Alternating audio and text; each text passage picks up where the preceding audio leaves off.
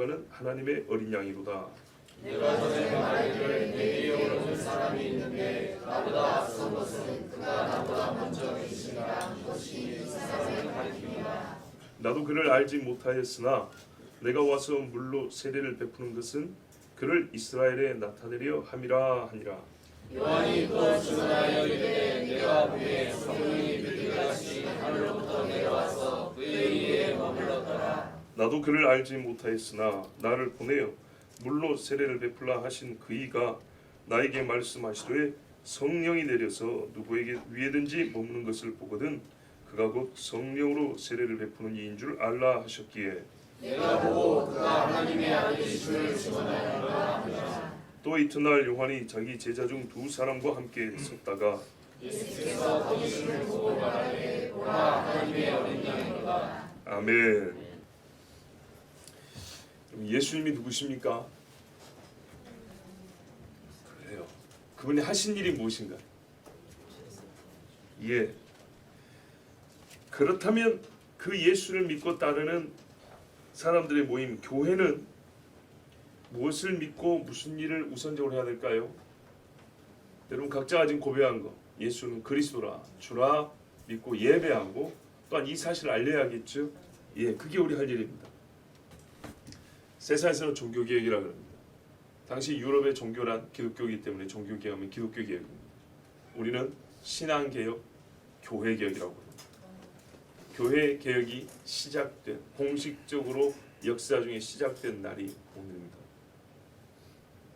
그래서 그날을 기념해서 우리 그리스도교 신앙, 예수를 그리스도로 믿는 우리 신앙의 가장 중심에 있는 질문, 아까 여쭤봤던 그 질문 우리 스스로에게 다시 한번 하고자 합니다. 그리스도 예수에 관하여 이 세상은 자기들이 새로운 정체성을 부여해주겠다고 나선 이들이 오래전부터 있어 왔습니다. 더 영화로운 칭호를 수여주겠다 하면서 예수님의 이름을 땅에다가 이렇게 깔아 뭉개버린 그런 인간들이 옛날부터 있어 왔습니다.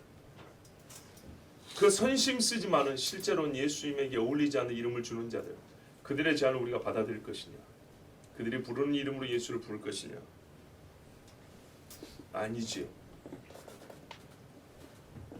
예수님에게 새로운 이름, 정체성, 칭호를 주겠다고 하는 사람들은 대개 예수님의 행적을 중심으로 봅니다. 성전 기득권자와 충돌을 일으켰다. 종교 지도자와 갈등을 일으킨 사람이다. 범접할 수 없는 세계에 뭐라고요? 소리를 외친 사람이다. 가난한 자들을 먹였던 사람이다. 병든 자를 치료한 사람. 이 소위 약자의 주님 또는 주변인의 지도자다. 불의의 한가한 의인, 이런 류로 예수님에게 새로운 이름을 부여합니다. 그런 행적의 근거에 예수님의 이름을 부여합니다. 그래서 이 사람들은요, 예수님이 행한 기적은 주목하지 않습니다.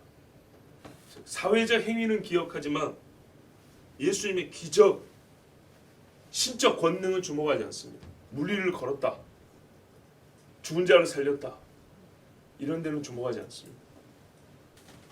신성의 선포는 낮추어서 생각합니다. 내가 그니 네 죄사함을 받았느니라, 이런 말은 최대한 떨어뜨릴 수 있을 만큼 떨어뜨려서 신성을 빼고 들으려고 합니다. 영들과의 싸움, 승리에 대해서는 외면합니다. 귀신을 명하여 나가라 하셨다. 저 지옥음부로 들어가라 하셨다. 이런 말은 모른 척 해버립니다. 이런 것들은 잘해야 사회적 이슈를 상징화하는 것에 불과하다. 이렇게 보는 거죠. 또는 후대 사람들이 예수를 신격화하기 위해서 꾸며낸 문학장치다. 이렇게 봅니다. 이 사람들의 궤변을 그들이 말하는 예수님의 행적, 그것으로도 충분히 논박할 수 있습니다. 그들이 말하는 사회적 행위 가지고도 당신들이 말한 것 이상으로 우리는 예수를 봐야 한다고 충분히 논박할 수 있습니다. 그런데 오늘 제가 읽은, 우리가 같이 읽은 말씀은요, 예수님이 어떤 행적을 공식적으로 하기 전 이야기입니다. 또 예수님이 아직 한마디도 공적으로 한마디 말씀도 안 했을 때 이야기입니다. 친히 몸으로나 말로나 자기 자신에 대하여 알리지 않았을 때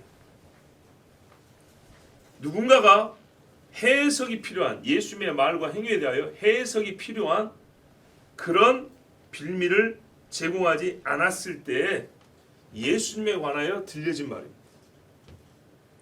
이 말은 모두 장차 예수님이 하실 일에 대한 예언입니다. 또한 예수님이 앞으로 하실 말씀과 행위의 의도와 목적을 해석하는 지침이 되는 말입니다. 즉 성경에는 예수님이 말하기 전, 행하기 전에 그는 누구다, 그는 무엇을 할 것이다, 그 하는 행동은 무슨 뜻이다 라고 오래전부터 말을 해줬습니다. 오늘 그것을 볼 것입니다.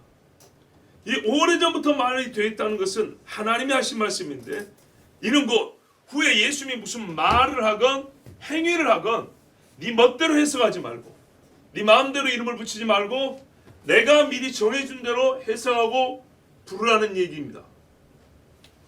왜냐? 하나님이 이 사람이 오면 그는 무엇을 할 것이라는데 진짜로 그렇게 했단 말이죠. 그렇다면 하나님의 말씀과 떼어놓고 이 사람의 행적을 논할 수는 없는 겁니다. 그래서 오늘은 오히려 예수님이 직접 말씀하시고 행한 것이 아니라 그가 아무것도 말하지 않고 아무 일도 하지 않았을 때 그 이전에 있던 사람들과 그 이전의 사람들 통하여 하나님이 하신 말씀으로써 지금 예수님의 일하는 것을 보고도 예수님에 대해 잘못 부르는 사람들, 잘못 이름을 붙이는 사람들의 그 오류와 그 사악함을 드러내고 우리는 그 가운데 빠지지 않게 하여 이 말씀을 전합니다. 무슨 말씀인지 이해가 되시죠? 예. 예수님이 무엇을 했을 때 사람들 해석하기 나름이지가 아니라 아무것도 안 했을 때 하나님이 이미 정해놨다는 얘기입니다. 그는 누구고 이름을 붙여놨고 그는 무엇을 할 것이고 그 일의 효력은 무엇이고 그 뜻은 무엇이고 그게 실제로 우리 안에 나타나는데도 불구하고 현실이 된데도 불구하고 이전에 하나님 하신 말씀과 무관하게 제멋대로 예수님에 대하여 칭호를 붙이고 해석한다면 아무리 멋들어진 신학이라는 이름을 붙여도 그는 마귀의 가르침에 불과하다는 얘기입니다. 예수님의 진상, 그는 어떤 모습인가? 오늘 말씀 통해서 보도록 하겠습니다. 29절 보면 요한이 이렇게 말합니다. 보라, 세상 죄를 지고 하는 하나님의 어린 양이라 그랬어요. 복음서에서 예수님의 공생의 사역을 시작하고 첫 마디 말씀을 하시기 전에 가장 가까이 있는 말입니다. 예수님께서 뭐라래요? 회개하라 천국이 가까이 왔느니라 설교했죠. 이 설교와 가장 가까이 있는 예수님에 대한 고백이 바로 요한의 말입니다. 이제 우리는 점점 멀리 앞으로 갈 겁니다. 가장 앞에 있었던 말 요한. 자, 요한이 예수님에 대하여 알려준 첫 번째 사실은 뭡니까? 저 사람은 하나님께서 세상에 있는 죄를 제거하라고 보낸 자다. 우리 번역은 지고 그랬지만요, 제거입니다. 아사셀 염소 알죠? 죄짐을 지고 없애버린 자. 이 진의 죄가 없게 한 염소. 죄짐을 지고 가는 게 아니라 지고 가서 결국 뭐라고요? 제거해버리는, 없애버리는 자다. 이렇게 말했어요. 이 사실을 명확히 하기 위해서 요한은 그날까지 유대인이 행해오던 속죄 제사의 제물을 언급했어요. 하나님의 어린 양. 이 말을 들으면 유대인들은 다 알아먹습니다. 예수님이 무슨 일을 하는지 분명히 알려줬어요. 유월절 양, 속죄, 속건제, 화목제물의 양이 모형으로 보여줬는데 그 실체가 바로 이분이다. 너희 죄짐을 지고 죄를 씻고 하나님과 화평케 하는 자가 바로 이 사람이다. 그리고 이를 어땠다고요? 하나님이 보냈다. 그러므로 예수님을 속죄와 무관하게 믿는 사람들은 헛된 믿음입니다.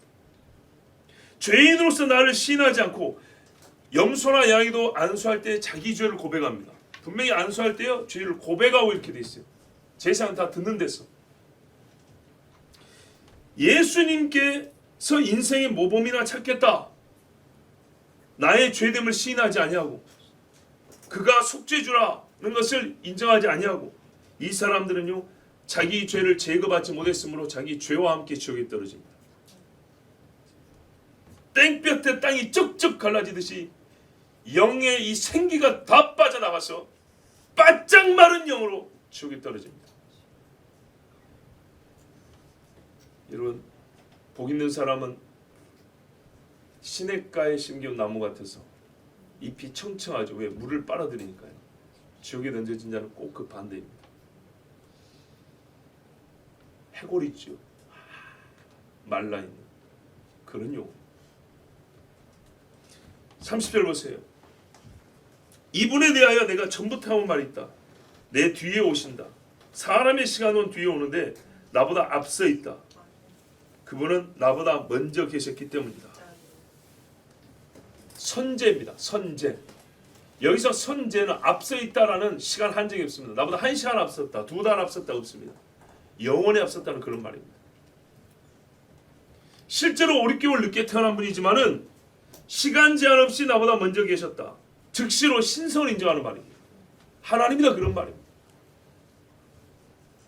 태초에 말씀이 계셨다. 사람들은 요한을 보고 네가 선지자냐 메시아냐 물었지만 요한은 뭐라 그랬냐? 나는 아니요 하면서 저 예수가 바로 하나님이다 이렇게 말했습니다. 그런데 누가 예수에서 하나님의 이름을 도적질해 간단 말입니까? 예수에서 신성의 이름을 빼가는 사람은 예수님을 모르는 자이고 계명에 말한 것처럼 도적질한 죄값을 제합니다. 그 사람이 이 땅에 있을 때 또 모든 명예로운 것들을 다 빼앗길 것입니다. 저 사람이 있는 것까지 뺏어다가 5달란트 가진 자에게 주라 그랬죠. 예수님에 대해 헛된 짓을 하되 예수님의 영광을 뺏어간 자들은 하나님께서 그가 죽기 전에 이 땅에서 영광을 싹 뺏어버립니다. 31절에 나는 그를 알지 못했다. 그런데 내가 그를 이스라엘에게 알리려고 지금 물로 세례를 주러 와 있다.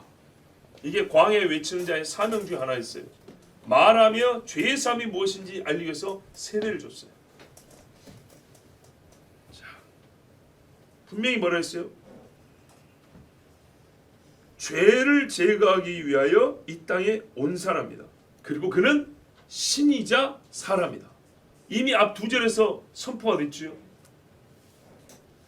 이 진리를 알리는 사람은 뭐하냐?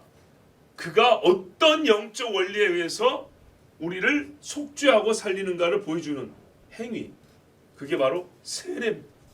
로마서 6장에도 우리가 주와 함께 세례를 받았은즉 주와 함께 죽고 주와 함께 일으키심을 받았다. 그래서 속죄가 무엇인지 사람들에게 가르치기 위하여 세례를 줬다 그랬어요. 훗날 속죄의 표로서 세례를 받죠. 자, 이 땅에 우리가 예수를 속죄주요 하나님이시라고 성육신한 하나님이라고 믿는다면 해야 할 게 뭐죠? 세례입니다. 중간 과정을 생략하면 안 되겠죠. 그가 나에게 무슨 일을 했느냐를 믿고 반드시 세례를 통하여 믿음의 증거를 가져야 합니다. 바울도 그랬습니다. 전에는 내가 포학자여 복음의 원수였다. 예수를 몰랐다 그랬습니다. 요한이 복주에서 예수 소식을 듣고 뛰놀기도 했지만 그가 얼굴로 대면하기 전까지는 모르는 겁니다. 모태신앙이라 하지만 그가 입으로 고백하는 날까지 이르러야 합니다. 어머니 뱃속에서 소리를 듣고 뛰는 것과 내가 직접 하나님의 어린 양을 눈으로 보는 것은 또 다른 문제입니다. 그래서 이제는 예수를 아는 자로서 그를 증거하는 사명을 감당하는 자로서 그가 정한 장소, 물론 성령이 이끌어 가신 거지만 그가 정한 장소는 광야였고 그를 전할 수단은 물이었습니다. 많은 사람이 이 장소에서 이 은혜의 수단으로 복음을 듣고 은혜의 실체를 배우게 되었습니다. 그리고 그 믿음과 사모함이 있는 자들은 요한이 외칠 때 당장에 예수를 알아봤습니다. 종후에 나오죠. 2 제자가 보라 하나님의 어린 양이라는 소리를 듣고 예수님께로 따라갑니다. 그리고 그 사람들이 가나 혼인잔치로 이제 이어집니다. 자, 그렇다면 여러분 교회가 지형적 지리적으로 광야에 세워져 있지 않습니다. 교회는 그렇지만 요한이 있는 광야와 같은 역할을 하는 것입니다. 이 종교개혁 주일날 신앙의 개혁이 일어났던 이날에 교회가 광야성을 잃어버렸기 때문에, 물로 세례를 주는 이 신앙의 거듭남의 복음을 잃어버렸기 때문에 루터를 비롯해서 많은 신앙인들은 피를 토했고 피 흘리기를 각오하고 외쳤습니다. 세상 사람들이 가고 싶어하지 않는 장소, 그들이 무시하는 방식, 별볼 일 없게 생각하는 수단, 그러나 분명히 이것이 예수님을 대속자로 구속주로 지시하여 알려주는 것이고 그를 만나게 하는, 그의 은혜를 받게 하는 수단이라는 것, 우리가 잊으면 안 되겠고요, 또 잃어버려서도 안 됩니다. 요한이 외쳤던 그 광야성을 잃어버리면 안 되고요, 물로 세례를 주는 이 은혜의 강수가 멈추면 안 됩니다. 저 시온산 예루살렘 성전에는 말이죠, 당시에 성전이라는 가면 뒤에 숨은 문둥병자들이 드글드글했어요. 영적 문둥병자들. 옛날에 문둥병 걸리면은 몸이 썩기 때문에 보통 가면을 썼거든요. 돈 없는 사람은 두건을 두르고, 그분들을 멸시하라는 게 아니에요. 지금 이제 영적인 진단하는 거예요. 광야는요 노출되어 있습니다. 그러나 화장기 하나 없어도 노출되었을 때 영혼이 빛난 자들이 모인 곳이었어요. 교회는 그래요. 심령의 아름다움과 강함이 있는 사람들이 있어야 돼요. 32절에 요한이 또 증거했습니다. 나는 성령께서 하늘로부터 비둘기같이 내려와 그분 곧 예수 위에 머무는 것을 보았다. 그리고 성령이 내려와 그 위에 머무는 것을 보면 그가 나는 물로 세례를 줬지만 성령으로 세례를 주는 분으로 알아라 하고 하나님이 나에게 이미 지시하셨다. 그래서 내가 이제 알아보았다 그랬어요. 자, 여기서 성령이 나옵니다. 성령. 예수님의 신성을 부인하는 자들에서 성령의 지시한 일이 무엇이다는 말 들어봤습니까? 못 들어봤죠. 정말 많이 배운 척하는 신학자들에서 성령 이야기는 거의 안 나옵니다. 성령의 역사 이런 건 없습니다. 고작 인정한다는 것이 예수를 주라고 시인하는 정도까지. 그러나 가짜 예수쟁이도 주여 주여 할 수 있습니다. 예수의 구속사역을 부정하는 자들에서 성령이 어떤 역할을 하는지 들어볼 수가 없습니다. 성령이 죄인된 네 심령을 얼마나 흔들어내는지 깨뜨리는지 이런 이야기 들어볼 수가 없습니다. 오직 요한과 같이 예수님을 말하는 자들에게서만 성령이 누구시고 그가 예수와 함께 무슨 일을 하는지를 듣게 됩니다. 예수의 믿음을 믿는다에 성령이 도대체 무슨 일을 하신단 말입니까? 그가 나보다 먼저 계심이라. 신성을 고백하는 자들에게만 성령이 우리 마음에 표를 줍니다. 정말로 우리 손에 우리 입술에 그 그리스도의 이름으로 역사하는 능력을 주십니다. 네, 성령이 예수를 지시했는데 성령과 무관하게 예수를 아무렇게 아니 여러 이름으로 포장하고 그럴 때 부른다 해도 성령이 역사를 안 해요. 성령이 임한 예수인데 성령과 별개로 믿는다 할 때 성령이 어찌 그 사람한테 역사를 하겠습니까? 그래서 구원을 못 받습니다. 입으로만 주여할 뿐입니다. 성령께서 가르쳐 주시기 전까지는 보세요. 33절에 나도 그분을 알지 못했다 했어요. 어머니 모태에서부터 춤추었던 자일지라도 성령이 저분이다라고 지시하고 내가 딱 잘라 바로 그분 이렇게 주목하여 보기 전까지는 나도 그를 안다고 말할 수 없었다 이랬어요. 그런데 어찌 성령을 통하지 않고 예수를 운운할 수 있단 말입니까? 이 시대 사람들은 요한보다 영성이 뛰어난 모양이에요. 교회 왔을 때 성령의 역사를 생각하지 않고 기도, 성령 없이 찬송, 성령 없이 설교, 성령 없이 직분, 성령 없이 주의 일 있을 수가 없는 겁니다. 성령으로 세례 주는 이 예수님, 즉 예수를 믿으면 어떤 일이 일어난다고요? 성령으로 세례를 받는다는 거예요. 세례의 기본 성질이 뭡니까? 죽고 산다입니다. 성령이 나를 완전히 죽여버리고 성령이 나를 완전히 살립니다. 1차적인 변화가 뭐죠? 죄에 대한 죽음입니다. 로마서에 나왔잖아요. 죄에 대해 죽었다. 어찌 죄의 종로를 하겠냐? 죄가 싫어지고요. 죄를 행할 마음이 점점 사라져버립니다. 바람이 먼지를 싹 날려버리듯이 싹 날려버립니다. 그런 변화가 자기도 모르게 말이죠. 일어나고 또 그런 변화를 사모하는 자, 그 사람이 예수를 믿는 사람입니다. 왜? 성령이 일을 하시고 있기 때문에. 성령으로 말미암아 새롭게 산 자가 되지 못한 자는 자기 죄가 용서를 받았다고도 떳떳하고 자신 있게 말을 못합니다. 여러분 정말요. 예수를 믿을 때 말이죠. 우리 입에서 아까 찬송같이요. 나 용서받았다. 나 전에 죄인이었으나 죄의 사함을 받았다. 이게 1차로 나와야 되는 고백입니다. 천사가 만약에 신문관이라고 당신 말이야 예수 믿는 사람 맞아? 하고 물어볼 때 첫 마디가 그렇소. 나는 예수님이 구준 걸 믿습니다. 나한테서 죄가 어디 있는가 찾아보십시오. 내가 죄를 안 지었다는 게 아니라 그분이 내 죄를 다 짊어지고 왔습니다. 나에게는 당신이 아무리 조사해도 죄가 발견되지 않을 것이요. 이렇게 말할 수 있는 사람이 성령으로 말미암아 실제로 예수를 만난 사람인 겁니다. 자, 그래서 다른 예수를 만든 사람들은요. 죄의 사함을 받았다라는 말을 못합니다. 돌립니다 말을. 그 죄의 사함이라 아주 우회시키고 애매한 표현들을 할 것입니다. 마치 범죄자가 수사관 앞에서 자기 범죄를 부인할 때 양심상 안 했다고는 말을 못하고 그 질문을 회피하는 것처럼 요한은 확실히 말합니다. 내가 보았다. 34절 보세요. 내가 보고 그가 하나님의 아들이심을 증언하였노라 하니라. 이미 하나님의 계시로 들었어요. 근데 요한은 오늘 봐버렸어요. 성령이 임한 걸 봐버렸어요. 그리고 그 똑같은 성령이 내 안에서 감동하신 경험을 했기 때문에 고백했어요. 로마서나 요한일서 같은 데 보면 성령이 내가 하나님의 자녀인 것을 증거한다. 자기 자신도 안다 그랬어요. 여러분 이 믿음이 없이 어떻게 천국 가겠습니까? 그래서 우리가 세상에서는 더 배울 것이 없다 그랬어요. 예수에 관해서는 성령이 가르쳐주기 때문에 사실상 그분이 누군가에 대해서는 우리가 더 배울 것이 없어요. 이 세상에 배울수록 이상한 예수를 배우게 됩니다. 에티오피아 내시가요. 빌립에서 복음을 듣고 예수께서 하나님의 아들이심을 믿느냐?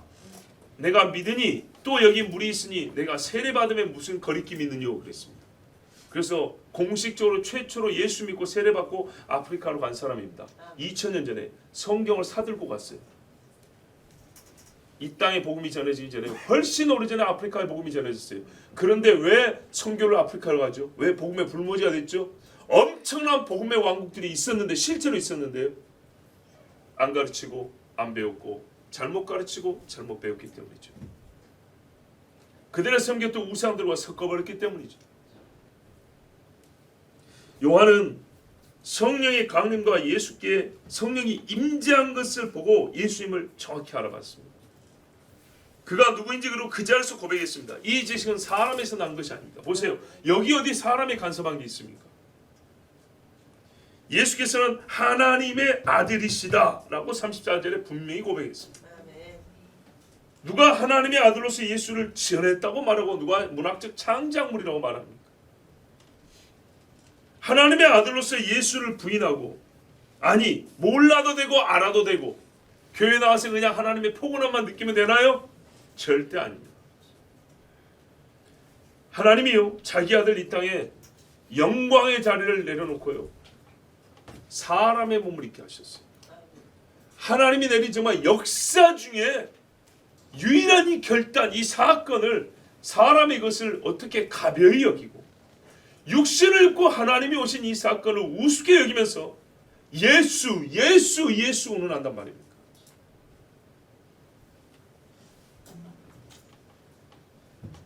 자, 35절 보십시오. 또 다음 날 자, 매번 반복합니다. 예수를 볼 때마다 어제는 없었던 모양이에요. 두 제자가 요한에게 다시 왔어요. 어디 갔다 온 거예요. 이제 집에 갔다 왔을 수도 있고요. 예수님이 또 요한 옆에 있었어요. 왜 요한 옆에 오셨을까요? 세례를 아마 받았었던 것 같은데, 왜냐하면 처음 보고 세례를 받았으니까요. 그러면 또 오셨다. 예수님만의 뜻이 있었겠죠. 요한을 통해서 한 번 더 고백하게 하시고 제자들을 얻고자 하심이었겠죠. 하여튼 그러자 요한이 또 외칩니다. 어제와 똑같이 보라 하나님의 어린 양이라 그랬어요. 그랬더니 두 제자가 말하는 것을 듣고 예수님을 따라갔어요. 요한이 말했죠. 나는 쇠하고 그는 흥하여야 하리라. 내 제자 키우겠다는 게 아니고 예수 따르는 제자를 키우겠다고 요한이 준비시킨 거이기 때문에 이 제자들이 예수님 따라하는데 하나 억울해하거나 섭섭해하지 않았어요. 그 중에 한 사람은 누굽니까? 안드레, 베드로의 동생입니다. 이 안드레가 형한테 가서 우리가 기다리던 그분을 만났다고 외쳤는데 베드로가 처음에는 비웃어버렸죠. 나중에는요, 그물이 찢어지게 고기가 잡히고 나서야 주여 나는 죄인으로서이다 이랬죠. 첫 고백, 주여 나는 죄인으로서이다. 예수 믿으니까 고기가 많이 잡히네. 아니 믿은 것도 아니죠. 예수를 배에 태우니까 고기가 많이 잡히네. 여러분 우리의 인생의 배에 예수를 태우세요. 이런 거 아닙니다. 그 자리에서 엎드렸어요. 보라 하나님의 어린 양이라. 어린 양이라는 말을 절대 잊으면 안 됩니다.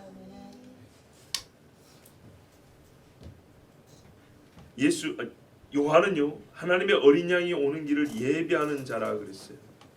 그리고 이미 이 두 제자는 그걸 알았어요. 왜? 요한이 계속 그 외침을 했거든요. 사람들이 나보고 메시아라 그러는데 나는 그분의 신들매를 풀기도 감당 못하고 나는 외치는 자의 소리일 뿐이다 그랬어요. 자, 이 전도자의 마지막 말, 요한이 전도자잖아요. 요한의 전도자로서의 마지막 말은 보라 하나님의 어린 양이라. 이 땅에서 많은 사람이 당신이 메시아냐 물어도 절대로 그렇다 말하면 안 되고 나는 그냥 외치는 자다. 내 말을 잘 들어. 저분이 하나님의 어린 양이다. 이렇게 말해야 합니다. 자칭 예수가 얼마나 많고 예수의 영광을 가로채는 사람들도 꽤 많지요. 조심하십시오. 그의 마지막 말이 처음 말 똑같이 보라 저분이 하나님의 어린 양, 예수가 하나님의 어린 양이다. 이렇게 말해야 진짜입니다. 하나님의 어린 양, 저 예수가 당신의 죄를 짊어지고 죽으실 분이고 당신의 죄를 제거하시는 분이다. 자, 이렇게 예수님의 앞서 예수님이 공적으로 복음을 선포하기 전에 요한은 예수가 누구신지 정확히 말해줬습니다. 오늘 요한의 말만 가지고도 이 세대 예수에 대하여 이상한 이름을 붙인 사람 충분히 그들을 반박하고 그들을 따르지 않고 그들에게 속지 않을 수 있습니다. 근데 요한만 그랬는가요? 조금 더 앞으로 가볼까요? 경건하여 성령의 인도를 받은 사람은 똑같은 소리를 했습니다. 시므온, 예수님에 대하여 뭐라고 그랬습니까? 누가복음 2장 25절 이하에 예루살렘에 시몬이라는 사람이 있으니 이 사람은 의롭고 경건하여 이스라엘의 위로를 기다리는 자라. 성령이 그 위에 계시더라. 아멘. 그가 주의 그리스도를 보기 전에는 죽지 아니라 하는 성령의 지시를 받았더니 여기서 주로 하나님 말합니다. 구약적 표현입니다. 하나님만 주라 그랬어요. 근데 예수님이 자기를 주라 했으니까 나는 하나님과 동등이다 이런 말이에요. 그리스도를 본다 그랬어요. 그런데 그리스도를 언제 봤어요? 성전에 기도하러 갔다 봤죠. 그날 성령 감독에 가라 그랬어요. 그때 그리스도를 만났는데 아이고 악이네. 악인데도 그리스도라고 그랬어요. 성령의 감동으로 성전에 들어가매 마침 부모가 율법의 관례대로 행하고자 하여 그 아기 예수를 데리고 오는지라. 시몬이 아기를 안고 하나님을 찬송하여 이르되 주제여 이제는 말씀하신 대로 종을 평안히 놓아 주시는도다. 내 눈이 주의 구원을 보았사오니. 구원이에요. 구원. 모범자가 아니에요. 구원자지. 이런 만민 앞에 예비하신 것이요 이방을 비추는 빛이요 주의 백성 이스라엘의 영광이니이다. 아멘. 이스라엘의 영광. 약속이 유대인에게 있고 예배와 율법을 주신 것이 있고 우리의 구원자가 그들에서 나시니라. 조금 더 앞으로 가볼까요? 많은 사람이 있지만 몇 사람만 보자고요. 엘리사벳. 예수님이 뱃속에 있을 때 그는 뭐라고 말했습니까? 누가복음 1장 39절 이하에 이때 마리아가 일어나 빨리 산골 와서 유대한 동네에 이르러 사가랴의 집에 들어가 엘리사벳이 문안하니 엘리사벳이 마리아가 문안함을 들으매 아이가 복주에서 뛰노는지라. 엘리사벳이 성령의 충만함을 받아. 또 성령이죠. 성령의 충만함을 받은 자가 성령의 지시하심을 따라 예수님을 알아봅니다. 큰 소리로 불러 이르되 여자 중에 내가 복이 있으며 내 태중의 아이도 복이 있도다. 내 주의 어머니가 내게 나오니 이 어찌 된 일인가? 보라, 내 문안하는 소리가 내 귀에 들릴 때 아이가 내 복주에서 기쁨으로 뛰놀았도다. 주께서 하신 말씀이 반드시 이루어지라고 믿은 그 여자에게 복이 있도다. 아멘. 주의 어머니라고 해서 예수님을 주님이라고 그랬어요. 하나님이라고 그런 거예요. 그리고 뭐라 했어요? 주께서 하신 말씀이 이루어지라고 믿은 당신 여자 복이 있다 그랬어요. 그럼 이 여자가 무슨 말을 들었죠? 천상한 말을 들었죠. 예. 요셉부터 볼까요? 요셉에게 뭐라고 했어요? 마태복음 1장 20절 23절에 천사가 나타나서 주께서 말씀하셨죠. 이 일을 생각할 때 주의 사자가 현모하여 이르되 다윗의 자손 요셉아, 내 아내 마리아 데려오기를 무서워하지 말라. 그에게 잉태된 자는 성령으로 된 것이라. 말씀대로 아들을 낳으리니 이름을 예수라 하라. 이는 그가 자기 백성을 그들의 죄에서 구원할 자이심이라. 아멘. 이 모든 일이 된 것은 주께서 선지자로 하신 말씀에 이루리 하시니 이르시되 보라, 처녀가 잉태하여 아들을 낳을 것이요 그 이름은 임마누엘이라 하리라 하셨으니 이를 번역한즉 하나님이 우리와 함께 하시다 함이라. 아멘. 예수님이 태어나기 전에 천사가 직접 와서 요셉에게 이렇게 말했어요. 이 아기가 누군지. 마리아에게도요. 누가복음 1장 30절 이하에 천사가 이르되 마리아여 무서워하지 말라. 내가 하나님께 은혜를 입었느니라. 보라, 내가 잉태하여 아들을 낳으리니 그 이름을 예수라 하라. 그가 큰 자가 되고 지극히 높으신 이의 아들이라 일컬어질 것이요 주 하나님께서 그 조상 다윗의 왕위를 그에게 주시리니 영원히 야곱의 집을 왕으로 다스리실 것이며 그 나라가 무궁하리라. 마리아가 천사에 말하되 나는 남자를 알지 못하니 어찌 일이 있으리까? 천사 대답하여 이르되 성령이 내게 임하시고 지극히 높으신 이의 능력이 너를 덮으시니 이름으로 나실 바 거룩한 이는 하나님의 아들이라 일컬어지리라. 아멘. 하나님의 아들 예수 임마누엘 다윗의 자리에 앉을 왕 나올 거 다 나왔지. 천사가 말해줬어요. 그리고 시몬도 성령의 감동, 엘리사벳도 성령의 감동, 요셉도 성령의 천사가 나타나, 마리아도 천사가 나타나 성령이 덮으신다. 다 보세요. 성령 빠지고 예수님을 고백한 자가 어디 있습니까? 선지자로 올라가 볼까요? 점점 시간을 거슬러면 선지자 중에 마지막이라고 하는 말라기 3장 1, 2절에 만군의 여호와가 이르노라. 보라, 내가 내 사자를 보내리니 그가 내 앞에서 길을 준비할 것이요 또 너희가 구하는 바 주가 갑자기 그의 성전에 임하시니. 예수님이 성전에서 다 뒤집어 엎어버렸죠. 불로 임했어요. 말라기가 말했어요. 성전에 임해서 너희를 놀라게 하는 그는 주님이다 이렇게 말했어요. 곧 너희가 사모하는 바 언약의 사자가 임하실 것이라. 그가 임하시는 날을 누가 능히 당하며 그가 나타나는 때에 누가 능히 서리요. 그는 금을 연단하는 자의 불과 표백하는 자의 잿물과 같을 것이라. 불로 싹 태워버리고 잿물처럼 깨끗하게 씻어버린다 이 말입니다. 언약의 사자 주가 예적 이 본문을 설교한 적이 있습니다. 예수님이라고 그랬습니다. 그가 할 일을 이렇게 말라기 선지자가 수백 년에 예언했고요. 그 일을 한 일은 예수밖에 없습니다. 그런데 이 예수를 뭐라고 불러야 되죠? 주라고 불러야죠. 예레미야 선지자는요. 예레미야 33장 19절 이하에 자 오늘 제가 말씀으로 증거하는 겁니다. 여호와의 말씀이 예레미야에게 임하니라. 이르시되 여호와께서 이와 같이 말씀하시니라. 너희가 능히 낮에 대한 나의 언약과 밤에 대한 나의 언약을 깨뜨려 주야로 그때를 잃게 할 수 있을지네. 무슨 말입니까? 하나님이 창조할 때 밤낮을 정해놨는데 혹 누가 이 밤낮을 뒤집을 수 있다 하면 그런 일이 있다고 하면 내 언약도 바뀐다고 하자. 자 그런 일이 있어요 없어요? 없죠. 땅에 있을 동안에는 밤낮이 그대로 돌아갑니다. 내 종 다윗에게 세운 나의 언약도 깨뜨려 그에게 그의 자리에 앉아 다스릴 아들이 없게 할 수 있겠으며 바뀌면 바꾼다 이 말이에요. 내가 나를 섬기는 레위인 제사장이 세운 언약도 파할 수 있으리라. 하늘의 만상은 셀 수 없으며 바다의 모래는 측량할 수 없나니 내가 그와 같이 내 종 다윗의 자손과 나를 섬기는 레위인을 번성하게 하리라. 그럼 밑으로 하면 여호와께서 이와 같이 말씀하시니라. 내가 주야와 맺은 언약이 없다든지 천지의 법칙을 내가 정하지 아니하였다면 내가 야곱과 내 종 다윗의 자손을 버리고 다시는 다윗의 자손 중에서 아브라함과 이삭과 야곱의 자손을 다스릴 자를 택하지 아니하리라. 내가 그 포로된 자를 돌아오게 하고 그를 불쌍히 여기리라. 아멘. 아멘. 자 예레미야에 뭐가 나왔어요? 이 나라가 지금 망할 때 이야기잖아요 예레미야는. 그런데 반드시 다윗의 후손 중에 왕을 세운다 이 말이죠. 그를 또 다윗이라 부른다 했어요. 지금 나라가 없어지는데요. 하늘이 주야가 바뀌지 않는다면 내 언약 바뀌지 않는 거 너희 믿으라 그랬어요. 근데 예수님 뭐라 그래요? 아까 천사가 다윗의 보좌에 앉아.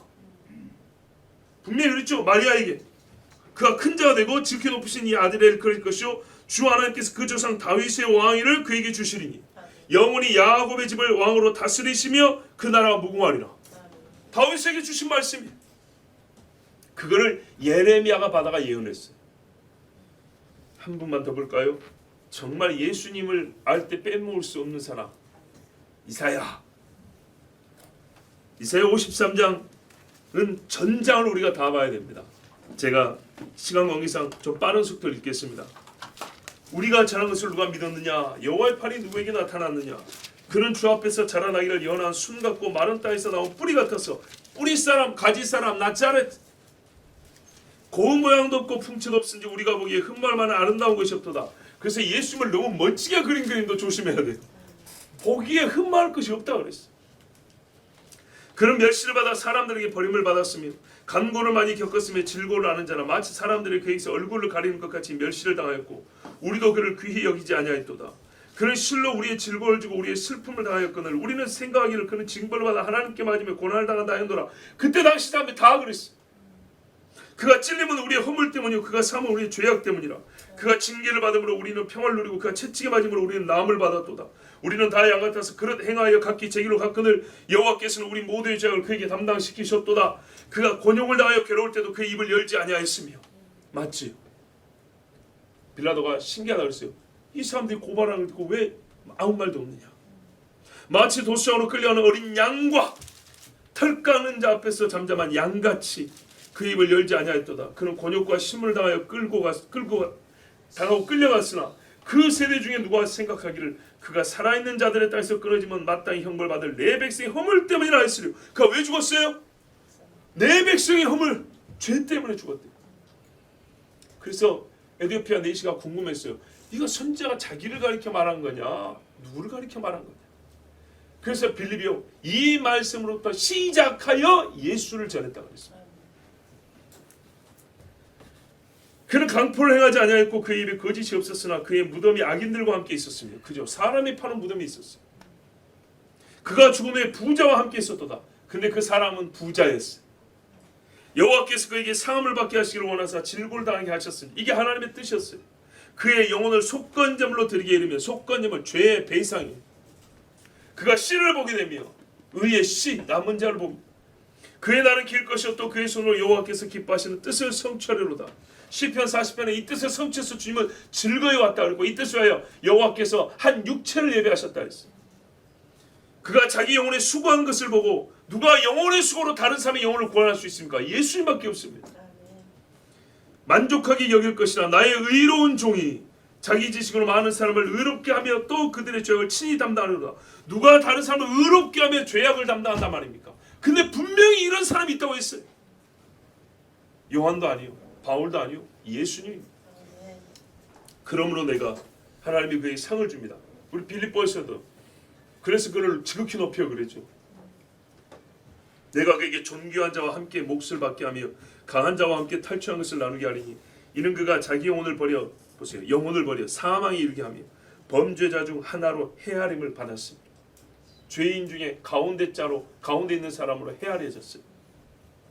그러나 그가 많은 사람의 죄를 담당하며 범죄자를 위하여 기도하였느니라. 아멘. 주여 저들의 죄를 아버지 용서하옵소서. 자기들 하는 짓을 알지 못하니이다. 이 이사야 53장의 예언에 따른 인물이 누구입니까? 오직 예수님밖에 없습니다.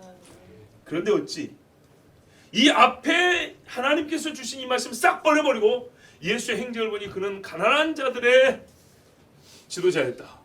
세상의 폭정에 맞서 싸운 의인이었다 정도로 말할 수 있습니까? 그런 정도로 나는 죄인으로서이다가 절대 나올 수가 없습니다. 아니 베드로만큼 많은 물고기를 얻어먹은 모양이죠. 베드로는 그 많은 복지 혜택을 받고도 주여 나는 죄인으로서이다 했는데 예수님 앞에서 떡 몇 조각도 못 얻어먹은 사람이 예수는 우리의 뭐예요? 행복을 위하여 궁극적으로 말하면 맞는 것이지만 그들의 말하는 수준에서 행복은 영혼과는 상관이 없는 것들이죠. 여러분 이 모든 사람들의 증언은 실상 하나님 자신의 증언과 같습니다. 왜? 하나님께서 성령의 계시로 감동으로 천사를 통하여 알려주신 예수님에 대한 메시아에 대한 말씀이기 때문입니다. 이 사람들이 어디서 메시아에 대한 지식을 얻었겠습니까? 그리고 왜 이 사람들이 당시 사람들이 듣지도 않는 소리를 이렇게 크게 외치고 기록으로 남긴 이유가 어디 있습니까? 성령의 강권하심을 따라한 것입니다. 하나님께서 가르치신 바요, 하나님께서 명하셨기 때문입니다. 오늘은 마찬가지입니다. 우리가 누가 뭐래도 하나님의 사람들은 하나님이 주신 바 계시를 따라 명하신 바에 따라 예수는 그리스도라고 말하는 것입니다. 아멘. 성부께서 아들을 이 땅에 보내시기 전에 그가 와서 할 일을 다 말씀했어요. 보세요. 이 사람들 이야기를 들으면 이 믿음의 사람들 말에 다 나와 있지 않습니까? 그러므로 사람들이 예수님이 하신 일을 해석할 때 그 의미를 파악할 때는 반드시 앞서 말한 하나님의 사람들의 소리를 기준으로 봐야 됩니다. 그들의 말을 벗어나서는 안 됩니다. 그 벗어나면 하나님의 뜻을 벗어난 것입니다. 하나님의 뜻에 모자라게 말은 안 됩니다. 아버지는 아버지지 삼촌은 삼촌이고요. 아버지하고 가까운 근접한 작은 아버지로 불러줄게, 이거는 틀린 거죠. 아버지는 아버지고 아닌 건 아닌 겁니다. 주의 제자 사도 요한은요, 예수 그리스도가 하나님께로부터 난 것을 믿는 자들이 세상을 이긴다고 요한일서에서 또 말해놨습니다. 오늘 뭐랬어요? 하나님의 아들이라고 알려졌어요. 그리고 사도 요한은, 세례 요한 말고 사도 요한은 저 뒤에 뭐라고 썼냐면 예수가 하나님의 아들이심을 믿는 자가 세상을 이기는 믿음이라 했어요. 히브리서에는요, 세상을 이기는, 세상에 감당하지 못한 믿음의 사람 나오죠. 그 믿음의 사람들이 되려면 어떤 믿음을 갖고 있어야 되냐? 예수는 하나님의 아들이라고 믿어야 된다는 겁니다. 무슨 종교 지도자 정도를 믿었고는 히브리서 11장에 이름이 못 올라가요. 세상에 저요, 저. 요한일서 5장 5절 7절에도 예수께서 하나님의 아들이심을 믿는 자 외에 세상을 이기는 자가 누구냐? 이는 하늘에서 증거하신 이가 세 분이시니 아버지와 말씀과 성령이시오. 이 세 분은 하나이심이라. 아멘. 우리 번역에는 이 뒷부분이 빠졌어요. 악하게도 빼버렸어요. 옛날 성경이 있습니다. 본래 성경이 있습니다. 뭐라고요? 하늘에서 이 예수가 하나님의 아들이라고 증언하신 이가 세 분이다. 성부 아버지와 말씀과 성령이다. 그래서 하늘에서부터 증언했기 때문에 옛적 선지자들과 믿음의 사람들이 다 이 사실을 알고 왔던 것입니다. 예수님도 친히 자기를 뭐라고 부르는지 아십니까? 예수가 그리스도라는 걸 사람들이 만들어냈다고요? 천만의 말씀요. 예수님이요, 요한복음 17장 3절에 제자들 위해서 대제사장적 기도라는 기도를 하잖아요. 이름 붙이기를 대제사장적, 축복 기도니까, 마지막 기도니까 그렇게 붙인 이름이 있습니다. 그 기도에서 뭐라 그러냐? 17장 3절을 보면 잘 보세요. 영생은 곧 유일하신 참 하나님과 그의 보내신 자 예수 그리스도를 아는 것이니이다. 아멘. 자기 스스로 예수 그리스도라고 붙였어요. 성경의 논리에 따르면 아는 것과 믿는 것이 하나인데요. 요한복음에 보면 그렇습니다. 그리고 에베소 4장 13절에도 보면 우리가 다 하나님의 아들을 믿는 것과 아는 일에 하나가 되어 있어요. 그러니까 내가 아는 걸 너도 알고 내가 믿는 걸 너도 믿고, 그런 의미에서 하나고요. 또 믿는 것과 아는 것에 우리가 다 하나가 된단 말은 이게 별개가 아니라는 얘기입니다. 그랬을 때 온전한 사람을 이루고 그리스도의 장성한 분량에 충만한 데 이른다 했어요. 자, 그렇다면 예수님 자신이 뭐라 했어요? 나를 그리스도로 알아야 한다 그랬어요. 이 말은 그리스도로 믿어야 한다 그랬어요. 바요나시므라 이를 내게 알게 하니는, 주는 그리스도시요 살아계신 하나님의 아들, 이를 내게 믿게 한 이가 아니라 내를 이를 알게 하니는. 왜? 믿는 것과 아는 것이 하나니까요. 참으로 아는 것은 믿음의 일이니까요. 다시 말해서 자신의 죄를 시인하지 않는 자는 자칭 예수 제자들과 예수를 보고서도 못 믿는 역사적 예수 탐구자들. 자, 뭐예요? 예수님을 봤지만 그리스도로 알아야 된다고 분명히 예수님이 말했죠. 근데 그리스도를 알지 못한다는 것은 뭐예요? 나가 죄인입니다. 그리스도는 중보자잖아요. 중보자를 필요한 죄인다라는 시인하지 않는 거예요. 예수를 그리스도 메시아라고 부르지 않는 자는. 그들 중에 누가 있냐? 자칭 예수 제자들. 죄는 전혀 말하지 않는 자칭 예수 제자들 많아요. 돛 닦는 사람처럼 수염기로 다니면서 그러면서 예수 제자라고. 근데 죄의 이야기는 안 해요. 예수님을 봐놓고도 못 보고 계속 땅 파서 예수님 찾겠다는 역사적 예수 탐구자. 하나님 자신으로서, 하나님의 아들로서 예수를 믿지 않는 예수의 믿음을 믿는 자들에게는 그리스도라는 이름은 들어보기 힘듭니다. 그들은 그리스도라는 말을 잘 하지 않습니다. 근데 예수님은 명백히 말했어요. 자기를 따르는 제자들을 위하여 기도할 때, 정말로 제자로 부른 이들을 위하여 기도할 때는 뭐였어요? 나를 그리스도로 믿는 자들, 그리스도를 아는 자들, 이들에게 영생을 주옵소서. 성육신하신 하나님, 중보자, 죄를 제거하는 하나님의 어린 양으로서 자기를 그리스도로 칭하시면서 그리스도로서 예수를 알아야 한다. 나는 그리스도 예수라고 공표하시면서 기도를 하셨어요. 이 기도에 제자들이 아멘 했다면 그들은 예수를 그리스도로 믿었다는 얘기입니다. 그리스도라는 분으로 믿은 거예요. 여기에 더 딸린 게 없어요. 예수가 그리스도로서 가졌던 어쩌고 이런 게 아니에요. 여러분, 신앙 개혁주의를 맞아요. 무엇을 개혁할 것인가를 생각할 때 여러분, 우리는요 이미 가지고 있는 것을 수호하는 것이 개혁이 될 수 있다는 것을 깨닫습니다. 선자는 가지고 있었으나 때가 이를 때 오히려 잃어버린 계시. 선자가 말한 것이 때가 이르러서 성취가 되는데 오히려 그 세대 사람은 계시를 잃어버려서 성취된 줄도 몰라요. 옛날 조상들을 믿고 소망했으나 정작 그분이 오셨을 때는, 소망이 왔을 때는 찾아볼 수 없었던 믿음들 지켰어야 됐던 것이죠. 하나님의 얼굴을 본 자들은 엎드려 받았지만 하나님을 만난 적 없는 세대가 아는 척하며 떠들어대는 가짜 진리가 세상을 견딜 수 없게 하는 이때, 이 진도하는 땅을 안정시키는 방법, 흔들리는 교회를 다시 견고히 세우는 길은요, 예수께서 그리스도이심을 믿는 것에서부터 시작합니다. 예수의 이름으로 세워진 교회입니다. 내가 내 교회를 반석 위에 세운다 했어요. 예수가 누구신지를 분명히 알고 믿어야 예수의 교회입니다. 이를 명백하게 가르쳐야 되고, 강하고 비틀어짐 없이 또 멈추지 않고 외쳐야 그리스도의 교회입니다. 우리가 이제 무엇을 믿어야 하고요, 무엇을 해야 할지를 이미 알고 있는 말을 오늘 다시 한번 들었고 더 확실하겠습니다. 예수는 그리스도이십니다. 그리스도로서 예수를 전하는 것입니다. 요한처럼. 결론이 이미 나왔지만 오늘은 제가 정말 여러분과 다시 한번 하나님의 말씀, 그 본문으로서 이 설교를 마무리하고자 합니다. 여러분 함께 골로새서 1장 13절에서 29절을 찾아 우리 또박또박 한번 읽어보겠습니다. 여기에 우리의 믿는 바가 무엇이고 우리에게 해야 할 바가 무엇인지 분명히 기록되어 있습니다. 오늘 설교의 요약이면서 결론입니다. 골로새서 1장 13절에서 29절입니다. 함께 읽겠습니다. 그가 우리를 흑암의 권세에서 건져내사 그의 사랑의 아들의 나라로 옮기셨으니 그 아들 안에서 우리가 속량 곧 죄사함을 얻었도다.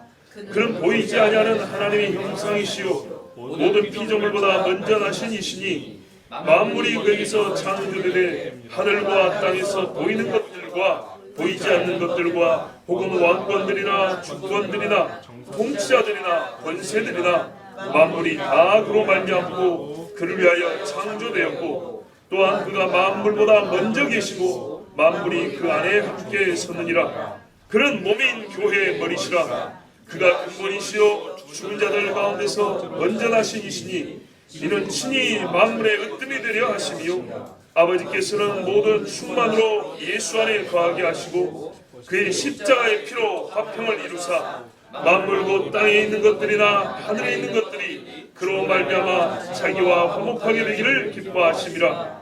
전에 악한 행실로 멀리 떠나 마음으로 원수가 되었던 너희를 이제는 그의 육체의 죽음으로 말미암아 화목하게 하사 너희를 거룩하고 그 먹고 책망할 것이 없는 자로 그 앞에 세우고자